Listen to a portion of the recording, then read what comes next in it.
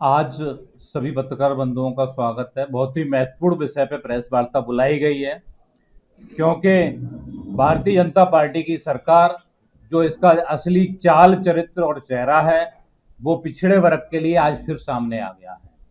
क्योंकि supreme court में जो सुनवाई होनी थी, पहले 23 तारीख निर्धारित की गई थी और कहा गया था कि कंटिन्यू सुनवाई होगी जब तक इस केस का फैसला नहीं हो जाएगा। 23 तारीख को सुनवाई होती है, वो लोग बहाना लेते हैं कि 15,000 पन्ने में पढ़ने में समय लगेगा, तो उन्होंने 8 तारीख डिसाइड की थी। आज 8 तारीख को सुनवाई होती है और वो टालने का काम करते हैं।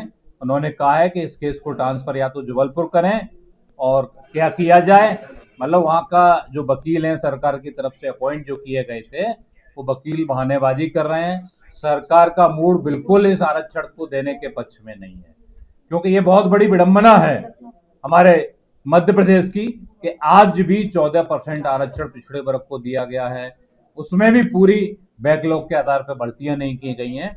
समाजवादी पार्टी इसकी घोर निंदा करती है और सभी पिछड़े वर्ग के लोगों को से आह्वान करती है, दलित भाइयों से करती है और आदिवासी भाइयों से करती है कि भारतीय जनता पार्टी हमारा हक और अधिकार खा रही है।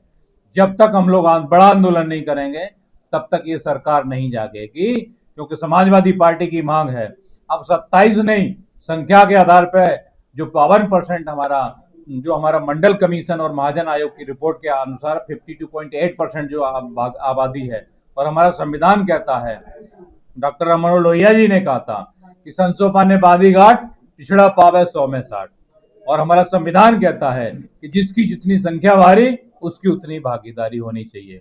तो उसी के आधार पर जो आरक्षण है वो मिलना चाहिए।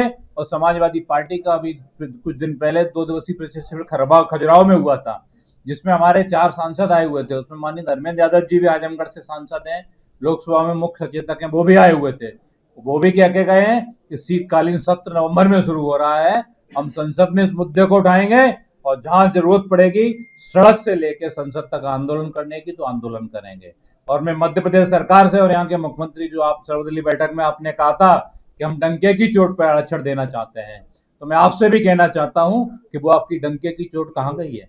आप आरक्षण को देना नहीं चाहते, उसको टालना चाहते हैं। बिहार चुनाव भी आने वाला है, इसीलिए इस केस को आगे बढ़ाएंगे और बाद में आप डिनाई कर देंगे कि हम आरक्षण नहीं दे सकते, कोर्ट की अड़चन आ रही है। मैंने उस दिन भी कहा था सर्वदलीय बैठक में कि आप इसको अनुसूची 9 में डालिए। केंद्र में डबल इंजन की सरकार है आपकी, सारे इंजन आपके पास हैं, ट्रिपल इंजन भी अगर बोले तो सारे सब कुछ आपके पास है। आप अनुसूची 9 में डालिए।